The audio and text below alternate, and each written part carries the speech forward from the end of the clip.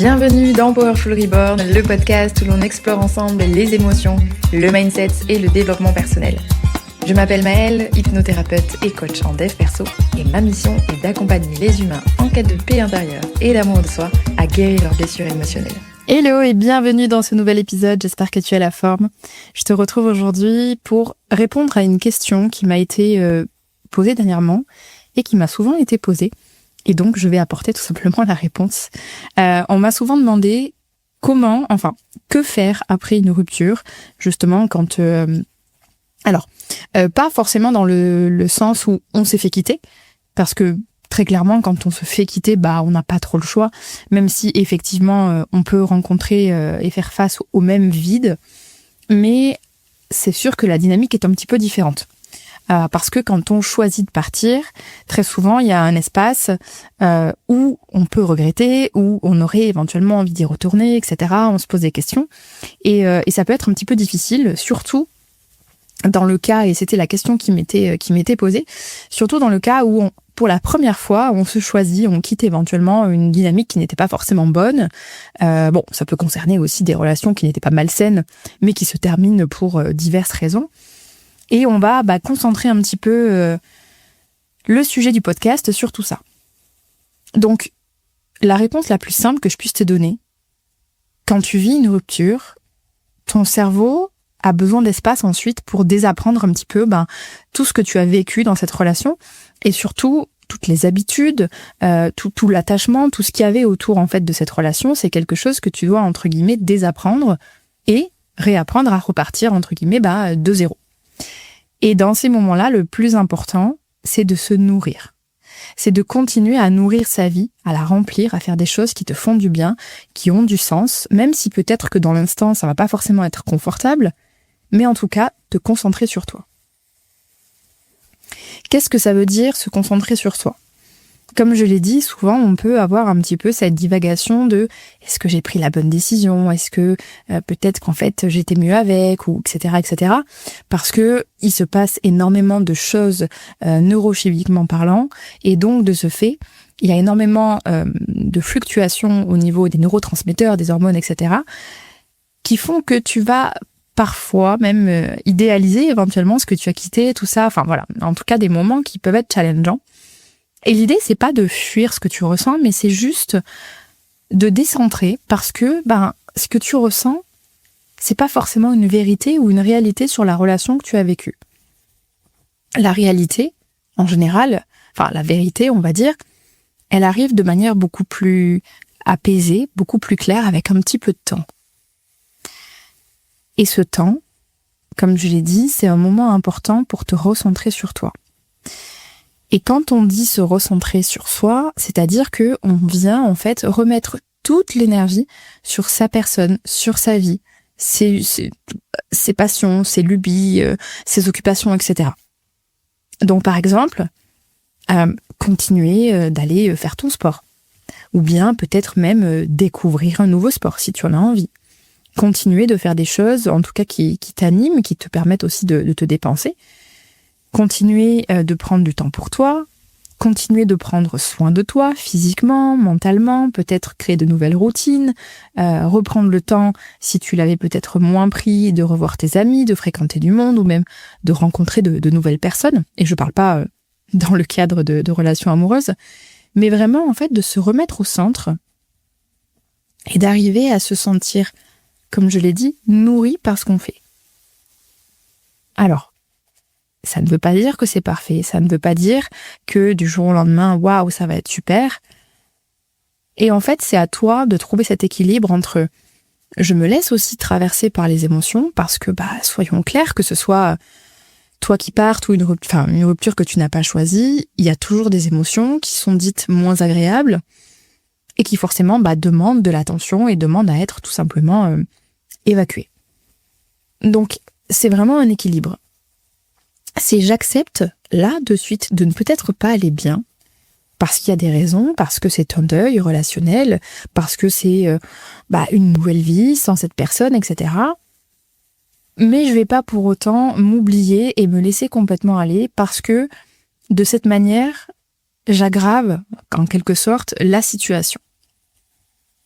Si je passe 3 mois dans mon lit à moins m'alimenter, à plus rien faire, à moins travailler, ou peut-être être en arrêt maladie, enfin bref, de cette manière-là, je vais tourner en rond dans mes émotions, dans des sentiments, dans des projections, des choses qui ne me font pas du bien.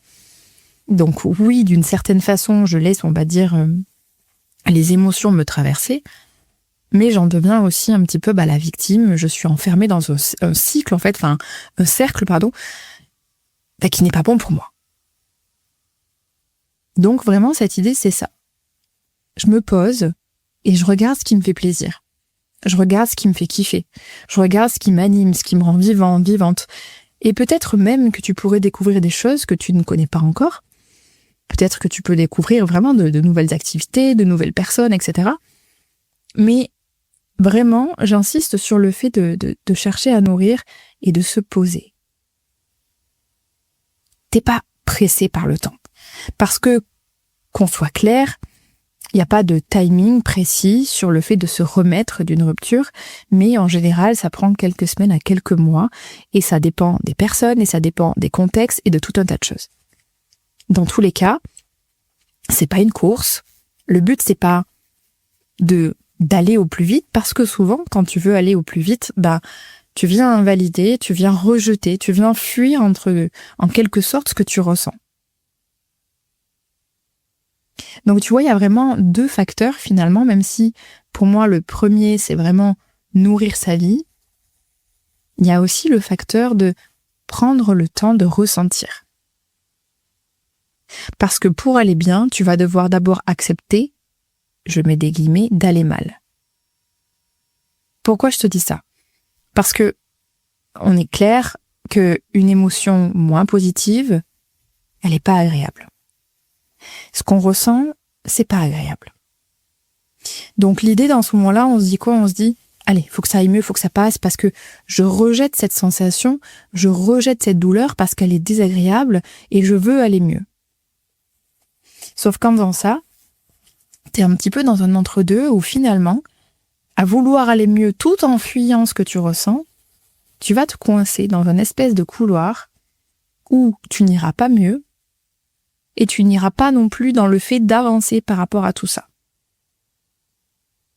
Alors attention, ça ne veut pas dire se laisser tomber au fond du fait-tout, ça ne veut pas dire devenir dramatic girl, drama boy ou quoi que ce soit, c'est pas ça. C'est juste, encore une fois, apprendre à dealer avec ce que tu ressens, avec tes émotions et avec tes pensées. L'idée, c'est de ne rien rejeter. Et de juste se laisser traverser, parce que, pour rappel, nous ne sommes pas nos émotions. Nous sommes juste une forme de réceptacle. Les émotions, elles sont des indications. Enfin, elles sont des indicateurs plutôt. Elles viennent t'indiquer des choses. Quelque chose qui va, quelque chose qui ne va pas, etc. Mais souvent, c'est vrai que on se confond à ça. Et je vais te donner un petit exemple.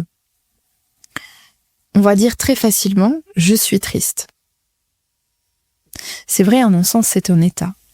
Mais au final, ton état, c'est « je ressens de la tristesse ».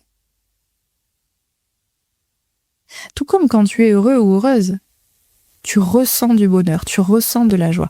C'est un ressenti. Ce qui permet de mettre un petit peu de distance avec l'émotion et de comprendre que c'est juste, en fait, finalement, un état mental, un état émotionnel qui est de passage pour t'indiquer quelque chose. Donc dans le cas d'une rupture, pour t'indiquer que ça fait mal, pour t'indiquer que tu aimais peut-être cette personne, pour t'indiquer qu'il y a peut-être des choses à revoir, des choses à guérir, du moins à apaiser, qu'il y a peut-être des angles où tu ne t'es pas respecté, peut-être qu'il y a des choses que tu peux améliorer. Ce sont juste des indications. Donc ça, c'est important aussi de le garder en tête pour ne pas complètement se perdre dans ses émotions. Et du coup, comme je t'ai dit, se laisser coincer dans ce couloir où on n'avance pas, mais en même temps, on va un petit peu mieux. On est vraiment dans l'entre-deux. Sauf que cette zone, elle peut durer très longtemps. Et le but, c'est pas de la faire durer. Comme j'ai dit, à vouloir fuir, souvent tu aggraves le problème. Donc l'idée, c'est juste de dire, en fait, ce que tu dirais à un ami, en fait, finalement. Quand tu vois une personne autour de toi qui se sépare, tu vas pas lui dire « Allez, il faut que t'ailles vite mieux, là, ça va passer ». Bah non. En général, tu ouvres un espace où tu précises que tu es là si il ou elle a besoin d'aide pour parler, pour pleurer, pour rire, pour faire tout un tas de choses, pour laisser finalement les émotions être, et ça prendra le temps que ça prendra. Alors si tu offres ça aux autres, offre-le toi à toi aussi en fait. Donc autorise-toi à ressentir, et même si ça peut faire peur, parce que souvent c'est la raison pour laquelle on évite, c'est qu'on a peur en fait de rester coincé dans la douleur. Mais la douleur, elle est inévitable. Là où on reste coincé, c'est dans la souffrance. Parce que la douleur, c'est une sensation, la souffrance, c'est un état dans lequel on se coince et on choisit inconsciemment de se coincer dedans. Parce qu'on va rester dans nos pensées en boucle, etc., etc., etc. Donc non, tu n'auras pas mal toute ta vie, ce ne sera pas dur toute ta vie, et si tu reviens en arrière, si tu as déjà vécu des ruptures, des difficultés, etc., regarde où tu en es aujourd'hui, au final, ça a fini par passer. Donc même si dans l'instant ça te paraît insurmontable, j'ai envie de te dire, tout comme celle d'avant, ça passera. Si là, à ce jour, tu es dans une rupture et que c'est difficile, repense à la personne juste avant. Et en général, t'en as strictement rien à foutre. Alors que quelques années en arrière, tu ressentais la même chose que ce que tu ressens aujourd'hui. Différemment, bien sûr, parce que c'est une personne différente, une histoire différente, etc. Mais si tu as déjà connu la rupture, tu sais que ça passe. En tout cas, l'état de douleur n'est pas un piège, un endroit où tu es coincé. Donc au final, même si ça te fait peur, même si ce n'est pas agréable, le but c'est de le laisser traverser. Et de dire ok, là c'est pas ouf, mais c'est pas grave. Parce qu'à côté, outre mon état et toutes les émotions que j'accueille, je peux aussi passer de très bons moments avec mes amis. Je peux aussi faire des activités, du sport et plein de belles choses qui peuvent me faire énormément de bien. Parce que finalement, dans une rupture comme dans la vie, c'est toujours une espèce de palette où on mélange le noir, le blanc, les couleurs et tout ce qui s'ensuit. C'est-à-dire que il n'y a pas de bonheur sans douleur, il n'y a pas de douleur sans joie. C'est toujours une dualité. Et ça, tant que tu seras en vie, tu pourras pas l'éviter en fait. Par contre, si tu arrives à ressentir les belles, on va dire, c'est pas qu'elles sont moches les autres, mais les émotions, on va dire, dites positives, et que tu arrives à les accueillir, tu sais aussi accueillir les autres. C'est juste qu'effectivement, il y a une catégorie qui est moins agréable. Ça, je te l'accorde. Donc, c'est vraiment l'idée de dire, j'accueille tout ça, et en même temps, je continue de nourrir à côté. C'est vraiment pour moi les deux facteurs les plus importants, parce que on nous apprend pas. Déjà, depuis tout petit, on nous apprend pas à gérer les émotions. Et même celles qui sont dites plus positives en général, un gamin qui est heureux, s'il fait un peu trop de bruit, on va lui dire « chut, doucement ». Donc on est en train de lui dire « même si t'es content, genre l'affiche pas trop ». Si tu pleures en public, on va dire « on va te prendre pour un faible, tu pisseras moins au lit », enfin bref, tout ce qui s'ensuit. Donc depuis tout petit, on ne sait pas faire. Ça s'apprend. C'est juste laisser passer, accueillir, et puis ça finit par être plus léger. Donc, j'accueille toute cette partie émotionnelle qui n'est pas forcément agréable, qui n'est pas forcément confortable, je suis d'accord, mais je sais aussi que c'est une dualité et que dans cette douleur, dans ces moments parfois un peu tristes, j'aurai aussi de la joie, du bonheur, de l'amour, que ce soit avec mes amis, ma famille, etc. Mais pour bien me reconstruire, j'ai besoin de passer cette phase et de me remettre au centre. Donc, comme je disais, de nourrir. En faisant les choses de cette manière, même si ce n'est pas quelque chose de parfait, même s'il n'y a pas finalement... Quand je te parle de ça, en fait, je te donne une vision. Mais il n'y a pas de plan, il n'y a pas d'étape, il n'y a pas de... C'est juste être. Parce qu'on est humain et qu'on a des ressentis. Donc, je suis peut-être dans la tristesse, dans la colère, dans la mélancolie, dans la peur, dans l'angoisse, ok. Mais j'accueille aussi l'autre côté et je continue de vivre. Et c'est la meilleure manière déjà pour réorienter tes pensées dans le bon sens, pour reconstruire aussi toute ta base tout seul ou toute seule, avant d'un jour de pouvoir être prêt ou prête pour être à nouveau en relation. Parce que bien entendu, je ne le conseille pas, ce n'est clairement pas le moment d'enchaîner une autre relation. C'est un autre sujet, mais voilà, c'est pas le but. Clairement, c'est pas le but, parce que c'est encore une fois une manière de fuir. Hein. Très clairement, les personnes qui font ça, et ça a été mon cas à l'époque, hein, donc je ne peux que bien comprendre. C'est très souvent d'ailleurs soit des attachements anxieux, soit de la dépendance affective. Mais très souvent, c'est hop, je passe à quelqu'un d'autre, comme ça je fuis, je ressens pas, et il y a une nouvelle histoire, et il y a un nouveau déclenchement hormonal qui me fait kiffer, il y a de la passion, de la nouveauté. Oui, ben ça finira par te repéter à la gueule au bout d'un moment de toute façon. Donc l'idée, c'est de rester solo. C'est pas non plus le moment de chercher à rencontrer quelqu'un, que ce soit sur les réseaux, via les applis, dans la rue, peu importe. Bon. Et quand bien même, dans la vie de tous les jours, tu rencontrais quelqu'un, je te le conseille pas. Après, bien sûr, hein, libre à chacun de faire ce qu'il veut et tout ça, mais c'est vraiment en fait important, une étape de deuil relationnel parce que, comme je l'ai dit, le cerveau doit désapprendre et c'est le moment où il va tout reconstruire. Il repart de zéro, dans une vie où l'autre n'existe plus. Donc c'est toute cette énergie qui doit être concentrée sur toi, ton évolution, ton bien-être, l'accueil de tes émotions, donc ta vie aussi. Et très souvent, c'est des moments où on a besoin d'être seul, où on a besoin de souffler, de laisser aller, etc. Et puis pour un jour ensuite, effectivement, se réouvrir à quelqu'un. C'est pareil, il n'y a pas de timing. C'est juste que, bon, honnêtement, après une rupture, le premier, le deuxième mois, troisième mois, c'est pas ce que je conseille. Maintenant, encore une fois, il y a toujours des exceptions à la règle aussi.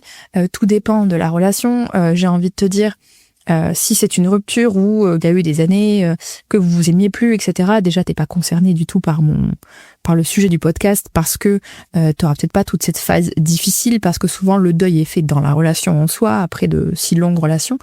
Mais là, c'est complètement autre chose. C'est un autre contexte.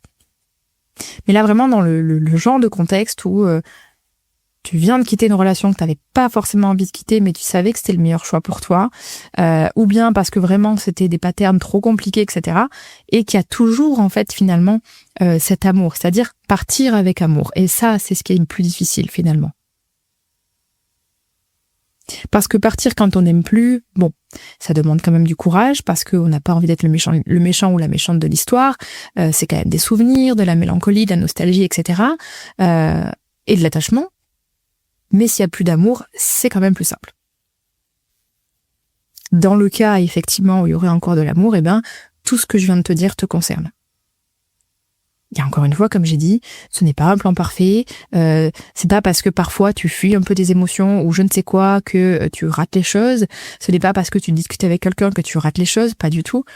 Mais voilà, en tout cas, dans les grandes lignes, post-rupture, que faire finalement de ce que je ressens, de ce vide dans lequel je suis, parce que c'est ça, c'est une forme de vide, eh bien tu as les points les plus essentiels pour pouvoir te reconcentrer sur toi.